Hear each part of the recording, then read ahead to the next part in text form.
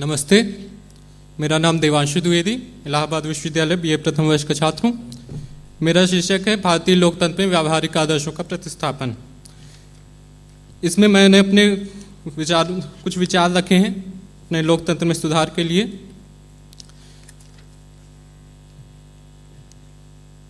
सबसे पहले आता है चुनाव सुधार। हमको अपने किसी भी व्यवस्था में बदलाव के लिए, उसके सकारात्मक बदलाव के लिए हमको सबसे पहले अपनी चुनाव प्रणाली में सुधार लाना होगा। इसका उदाहरण हम अभी लोकपाल के मुद्दे पे देख ही रहे हैं। इसमें सबसे बड़ी दिक्कत अपना धनबल का बढ़ता प्रभाव है। इसको रोकने के लिए कुछ विद्वज्जनों का मानना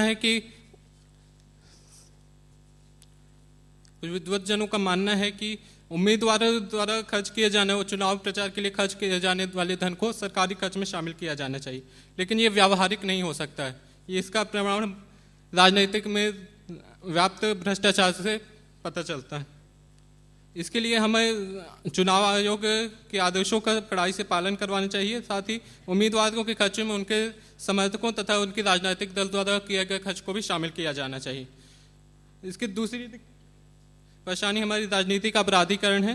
राजनीतिक अपराधीकरण को रोकने के लिए हमको एक प्रावधान लाना चाहिए जिसमें 3 या 3 से अधिक वर्षों से उस उम्मीदवार को चुनाव नहीं लड़ने देना चाहिए जिसके 3 से 5 पिछले 5 वर्षों में 3 या 3 से अधिक आपराधिक मामले दर्ज हो चुके हैं। वो या तो न्याय प्रणाली में चल रही हो, उस मुकदमा चल रहा हो, अथवा उसको संदेह के आधार पे बरी किया गया हो।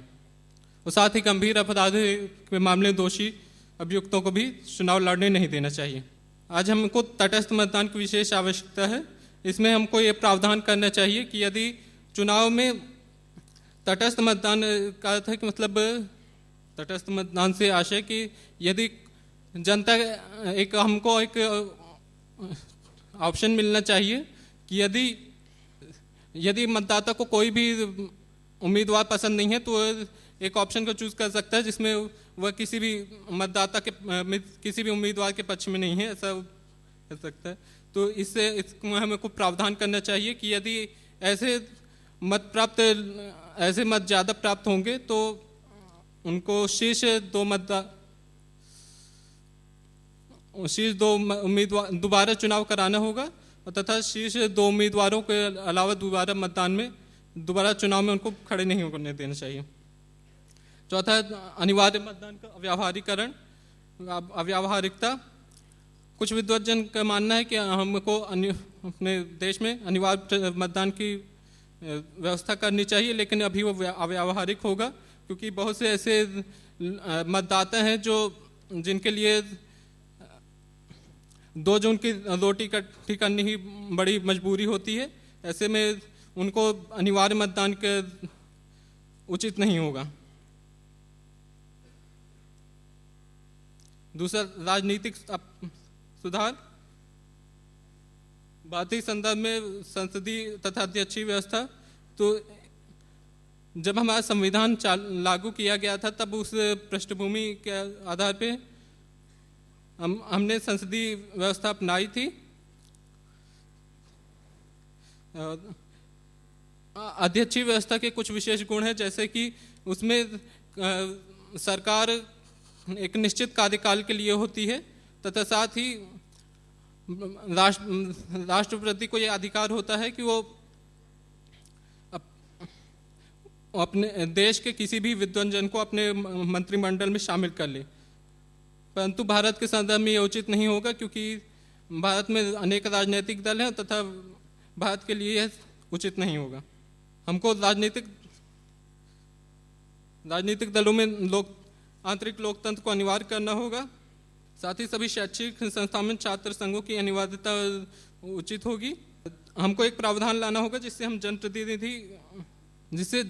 हमको एक प्रावधान लाना होगा कि जो भी उम्मीदवार चुनाव लड़ रहा है तो वो जिस भी क्षेत्र से चुनाव लड़ रहा है वहाँ से उसका कोई विशेष पहले से संबंध रहा हो, या तो वह पिछले 2 वर्षों से वहाँ पे रहा हो अथवा किसी भी प्रकार का कोई विशेष उससे संबंध रहा होगा। क्योंकि हम ये देखते हैं कि वर्तमान में कोई भी उम्मीदवार कहीं से भी चुनाव लड़ लेता है तथा जो कि उचित नहीं है। अंत में कहना चाहूँगा कि कोई भी स्थान आदर्श नहीं है। हमें आदर्श स्थिति प्राप्त करने के लिए सदा प्रयासरत रहना चाहिए। स्वामी विवेकानंद का धन्यवाद।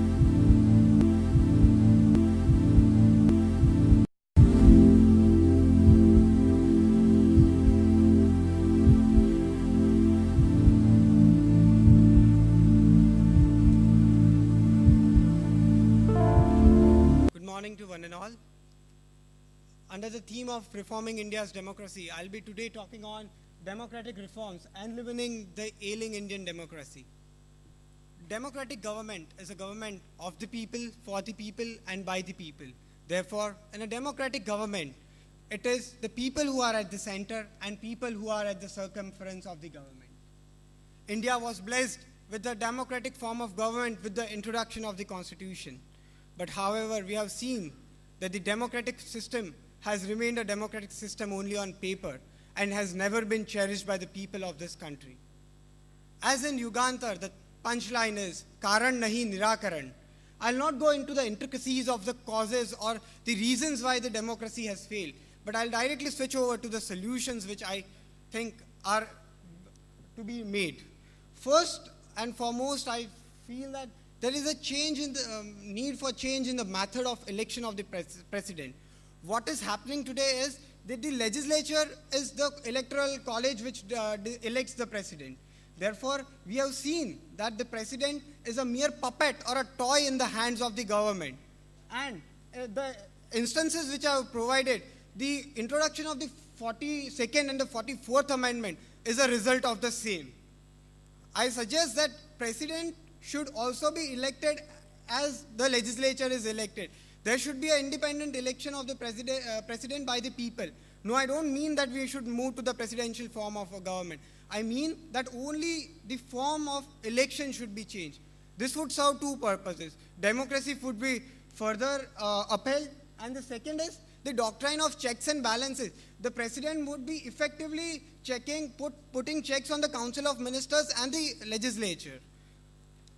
Then the second is scrapping of party whips. Now, party whips are directions issued by the political parties to their members that if you are voting on a particular issue, vote this on this side. And if you don't vote, then they have that wonderful defection law which disqualifies them from the membership of the House.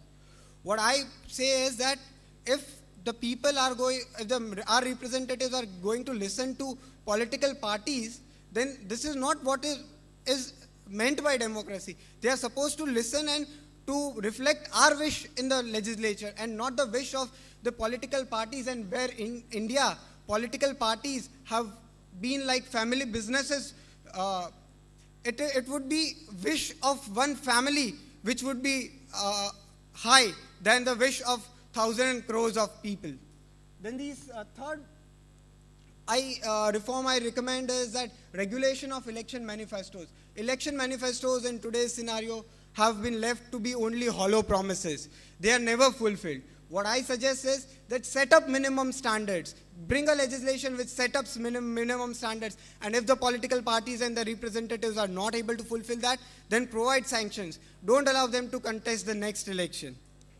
Then the fourth point is introduction of public referendum. We have seen that on various issues of national and public importance, it is a chance-based politics, the politics of ego which takes the front seat, and the interest of people takes a back seat. I recommend public referendum should be introduced. People should be allowed to express their view on a particular issue. This view, even though would not be legally binding, not be made legally binding, but it would have such a value that most of the governments would be reluctant to move from take a other stand than what has come out in the public referendum. Then the right to negative voting. We have seen candidates, when we go to vote, we have sometimes seen candidates with checkered history and n number of cases pending against them. We don't like any of the candidates, but we don't have an option. We have to vote for one or let the slip go blank. What I suggest is let negative voting be introduced. None of the above option will allow us to not to vote for any of the candidates and reject all the candidates. The Law Commission in its 170th report even supported this view, and the Law Commission stated to the extent that if it is not going to benefit India, it is not going to even harm. Why not introduce it?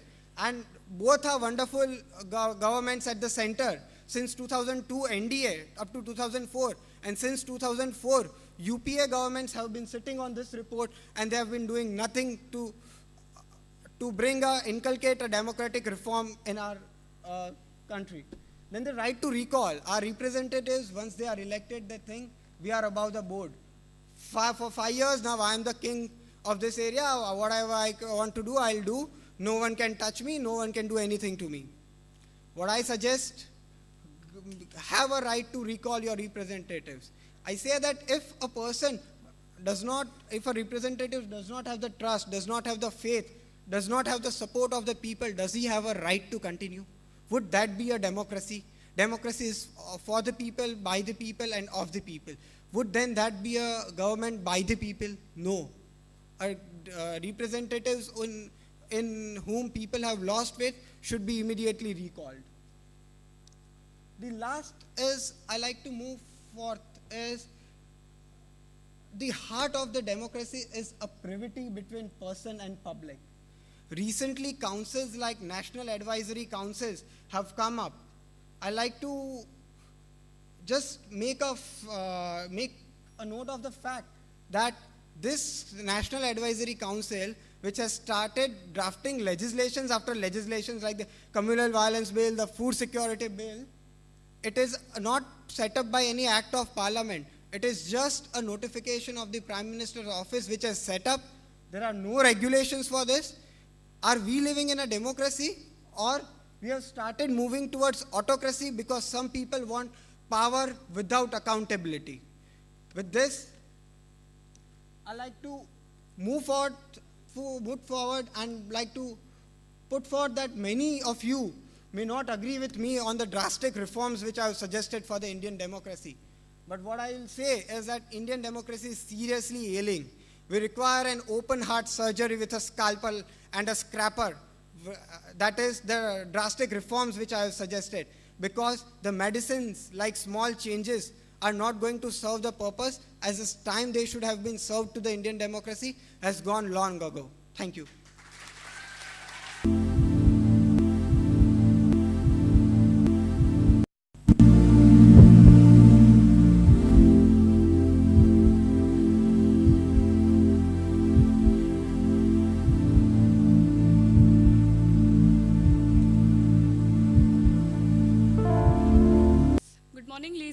Ladies and gentlemen, I am Nishi Mishra from the Department of Political Science, Faculty of Arts, MS University of Baroda. We have gathered here to discuss on the burning issues of our present political system. But first, we'll look into the past, ki kahan chook ho gayi. After getting independence in 1947, we celebrated to have integrated nation in a highly heterogeneous and fragmented society. We considered ourselves as decolonized, but by behavior, we are still colonized. We can see the proof of that in our constitution, where 80% part is taken from the Government of India Act 1935 that were totally enacted by Britishers.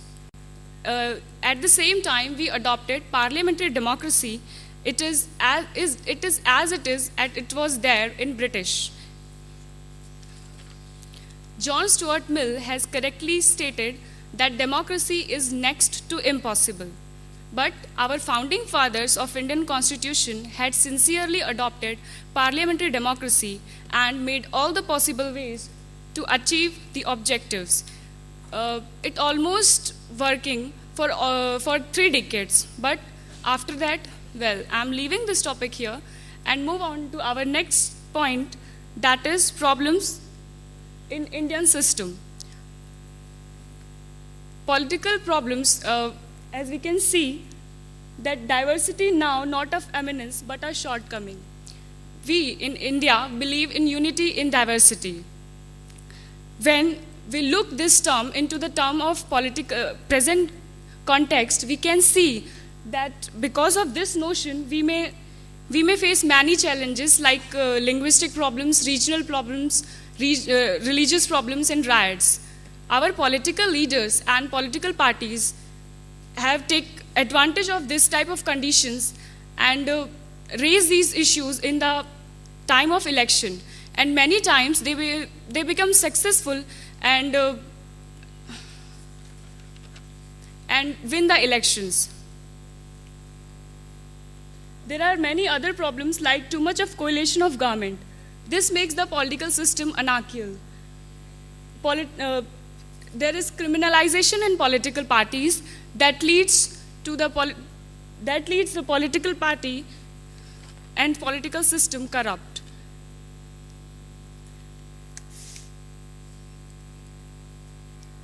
There is administrative problem that corrupt leaders make corrupt administrators.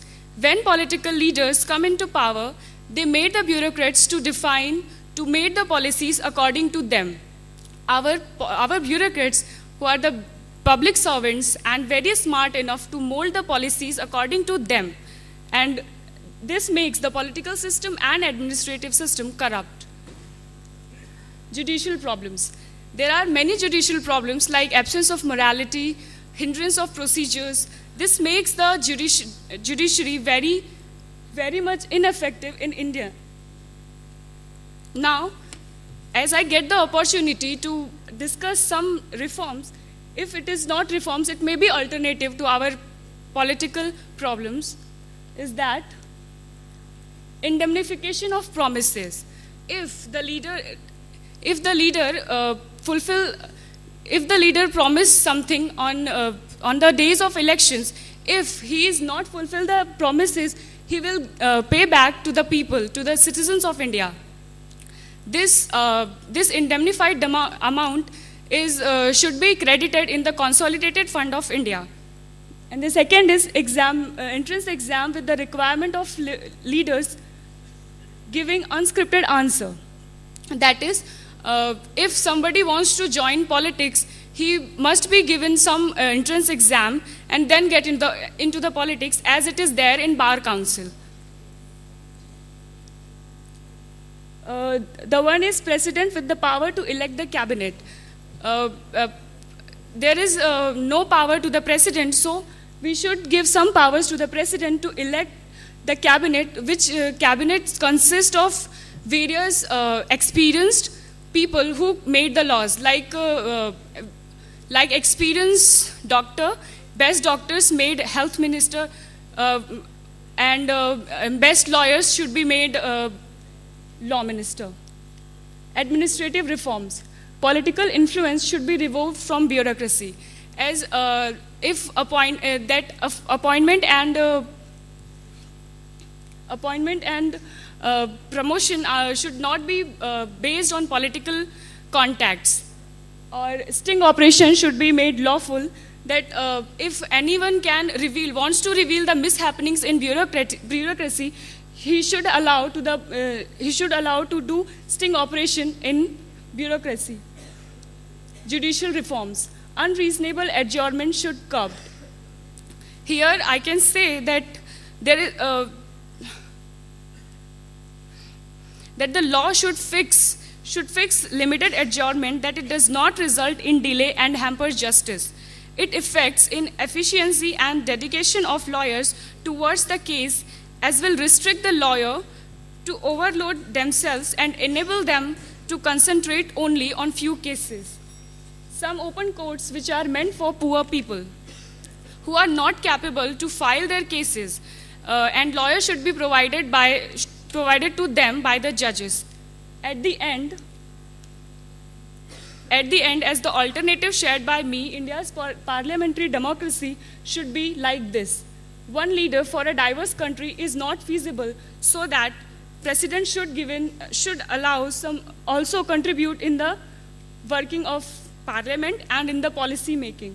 No single head, less chances of dictatorship, and mass representation and representation of varied public opinion possible only through parliamentary democracy. With an awakened population, parliamentary government suit best. Thank you.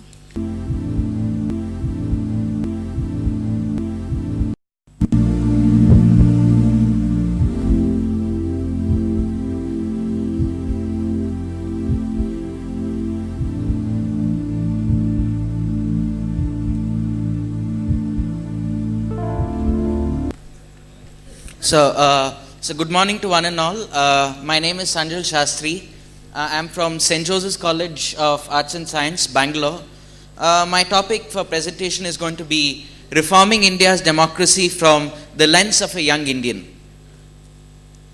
So throughout my presentation, I'm going to be talking about reforms. Now, we need to look at this in two stages. Firstly, why reforms? I say that we need to reform because we need to strengthen our democracy. We need to strengthen our democratic system. And secondly, for whom reforms?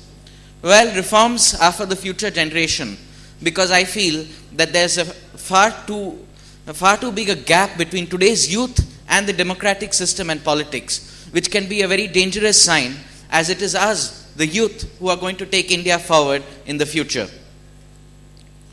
So firstly, it's been a 60-year-long journey for India with democracy, and through the 60 years, Indian democracy has achieved a lot. Firstly, in the 6 decades, we have all had free and fair elections, and this is something that not many countries which have got independence around the time that India got have had. We have also witnessed the voters using their power. Indian voters have displayed throughout the 6 decades by voting governments out of power, which they themselves have voted into power a few years ago. And finally, we have also seen that Indian democracy has moved from a one-party dominated system to now a multi-party or a multi-alliance system.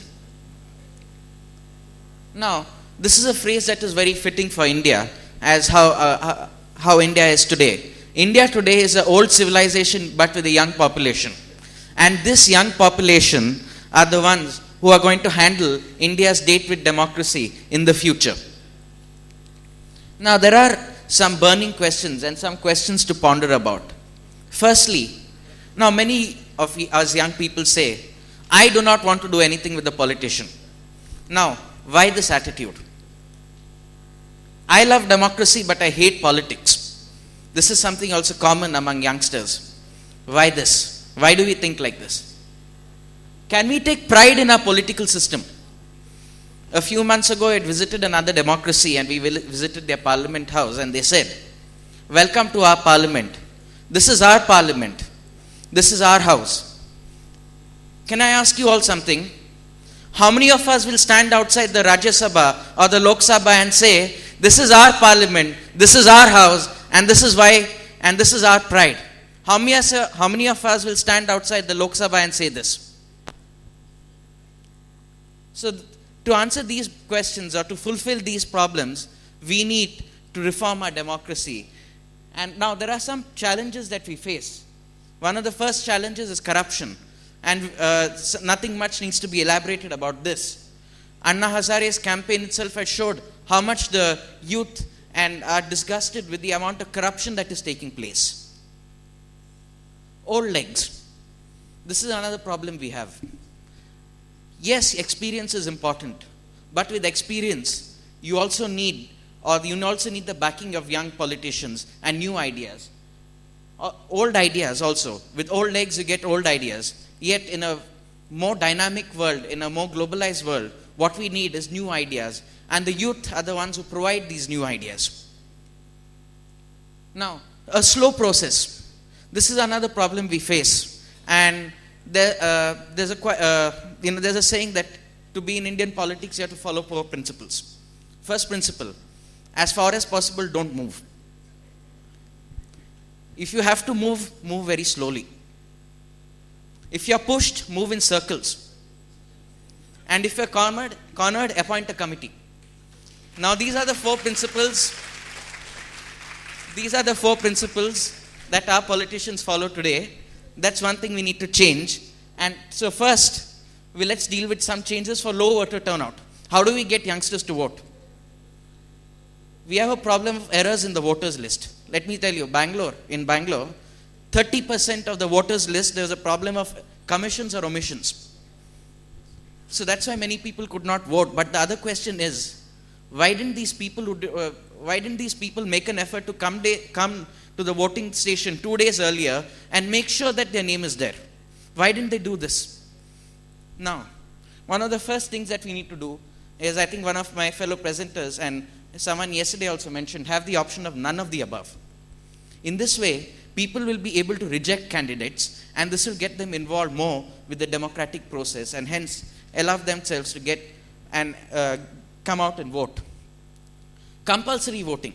Now, this is a system that has been debated and deliberated upon. I personally feel that this would not be the solution to the problem, because voting should be done as a sense of duty and not as a sense of compulsion. Sustained awareness campaign. I think this is the best way you can get people to vote, and this is one reform we need to do. Before 2009 elections, we saw 4 months before Jagore.com coming up with that campaign. We also encouragingly saw on 25th, last 2 days ago was the National Voters' Day.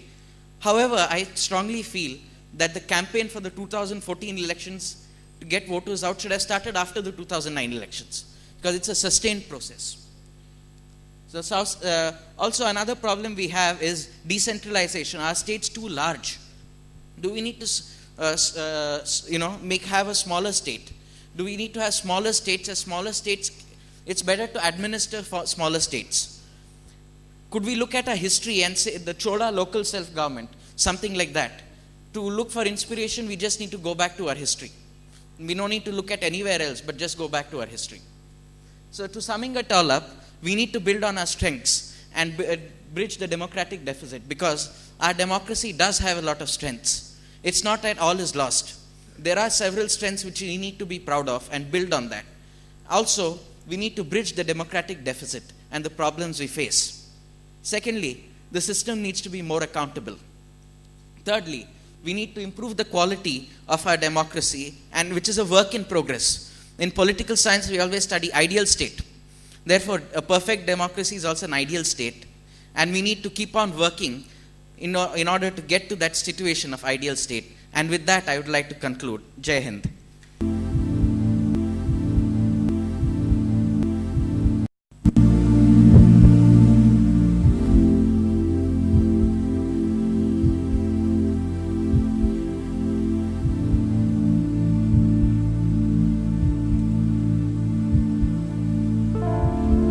A very good morning to one and all. I'm Varshini from Department of Economics, Central University of Tamil Nadu, and I'm here to present my paper, Democracy, Reform, Redress, or Be Damned.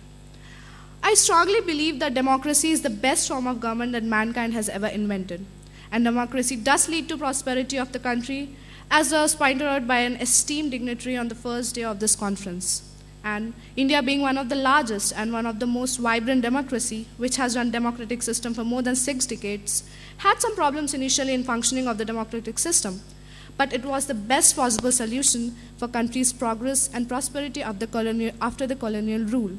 But in recent times, there has been a growing debate on reforming the Indian democratic system. As you can see in the cartoon, the actual meaning of democracy has now completely changed for the common people. It now basically means the freedom to elect their own dictators, which is actually quite opposite to the meaning of a democracy where we elect our representatives. So, there is a need for the reformation of Indian democracy for 2 reasons basically: decline in efficiency of Indian political system and the growing inequality of income among people. There's a growing need for change in political system of our country due to various reasons, like criminalization of politics. Entry of criminals into politics has become a major problem which needs to be curbed. Criminals agreed to make money, contest elections, and plunder the public resources. Illegitimate and excessive use of public money in the elections, defection of legislatures, and communalization of politics are some more problems. Also, the prime need of the hour is to bring holistic reforms in the election process of India. Rigid elections, political parties buying electoral seats, and inefficient electoral system will not lead to the formation of a strong government, which will hinder the development process. Corruption and dynastic rule are other reasons which calls for a change in political system of our country. So various political reforms are: debarring anyone who has been convicted of corruption and criminal charges from contesting elections, fixing of minimum qualification retirement age for ministers and politicians, restraining ministers from taking up of assignments not relevant to their job, and no discrimination on the basis of caste and creed. Also, there should be a minimal education qualification for the ministers. I think that if we actually propagate the message of education for all, then why not have a minimal education qualification for the minister also? Even a clerk job in a government offices requires certain qualifications, then why not for ministers who are actually working for and responsible for the welfare of the country? Also, a person should not be allowed to head the central government for more than 2 times. A close relative of the most influential person of a registered political party should not be allowed to inherit the party, as this might lead again to a dynastic rule, which is against the principles of democracy. Also, a political party should be formed following some strict procedures, rules, and regulations. Also, various agitations and protests against corruptions need to be channelized and widespread, rather than being confined to a few sections of the society. I mean, though Anna Hazare is trying hard to bring entire country into his fight against corruption, but I strongly believe that the fight is losing its charm. This cartoon aptly describes the fact that even though various reformative measures are being laid out, but they are being ruined due to corrective practices of the politicians. Another important aspect which India needs to be looked upon is the unequal distribution of wealth. Certain sections of the society is living in abject poverty, but the government is more concerned with the increase in GDP rather than looking after the needs of the poor people who are starving and frantically searching for employment. India is signing high-level economic contracts with developed countries and trying to be at par with other countries.